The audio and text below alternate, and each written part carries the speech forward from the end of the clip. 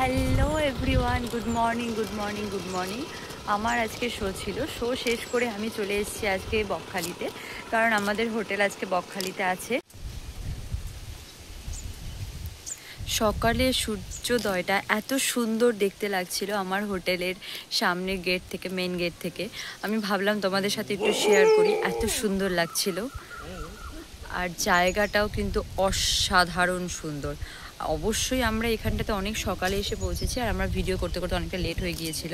তো কিছু কিছু ক্লিপ তোমরা যেটা দেখতে পারবে সেটা একটু ভোরের দিকে দেখতে পারবে, কিছু কিছু ক্লিপ দেখতে পারবে যেটা একটু পরের দিকে।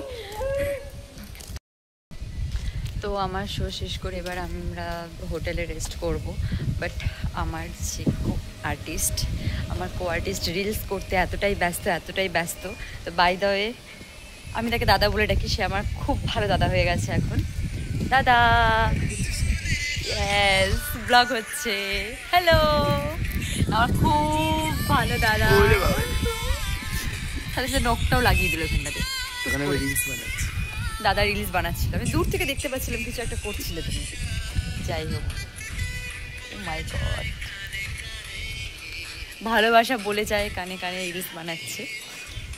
প্রচন্ড রিলস পাগল।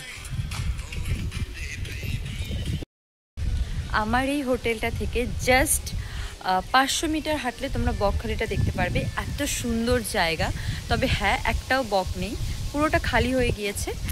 আর সবথেকে বড় কথা যে আমরা দীঘা বা পুরী সমুদ্রগুলো যেমন এতটা সুন্দর সবাই দেখতে এতটা ভালোবাসে, আর আমাদের দীঘার সমুদ্রটা বলো, তাজপুর বলো, মন্দারমণি বলো, ঢেউটা আমরা অনেক কাছ থেকে এনজয় করতে পারি। কিন্তু এখানে সেটা একদমই হয় না, কারণ সামনে অনেকটা বালু, অনেকটা পরিমাণে বালু আছে।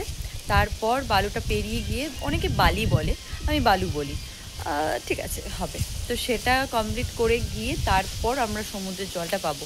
আর প্রচণ্ড সমুদ্রের জল মানে প্রচণ্ড লবণ থাকবে, এটা স্বাভাবিক ব্যাপার, অস্বাভাবিকের কিচ্ছু নয়। বাট খুব ভালো জায়গাটা, অনেক কিছু কিনতে পারবে তোমরা, অনেক সুন্দর সুন্দর দোকান আছে, আমি কিনেছিলাম অনেক কিছুই, পরে তোমাদের দেখাবো কখনো। তো আফটার শাওয়ার আমি এখন একটু ঘুমোবো। ব্রেকফাস্ট তো হয়ে গেছে, সকালে আমি অনেকগুলো কলা খেয়ে নিয়েছি, প্রোটিন পাউডার খেয়ে নিয়েছি। এবার আমি একটু ফেসটাকে টোনিং করে নেব।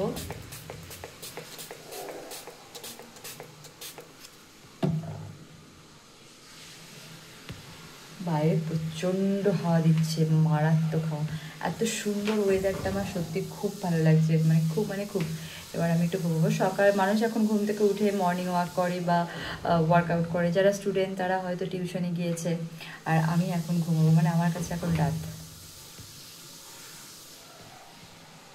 আমাদের শো কমপ্লিট হয়ে গেছে। শো কমপ্লিট করার পর ফাইনালি রেস্টুরেন্টে এসে খাওয়া দাওয়া করবো, কারণ শোতে আমার খেতে অতটা ভালো লাগে না, আর অনেকদিন পরে খুব ভালো কিছু খাবো।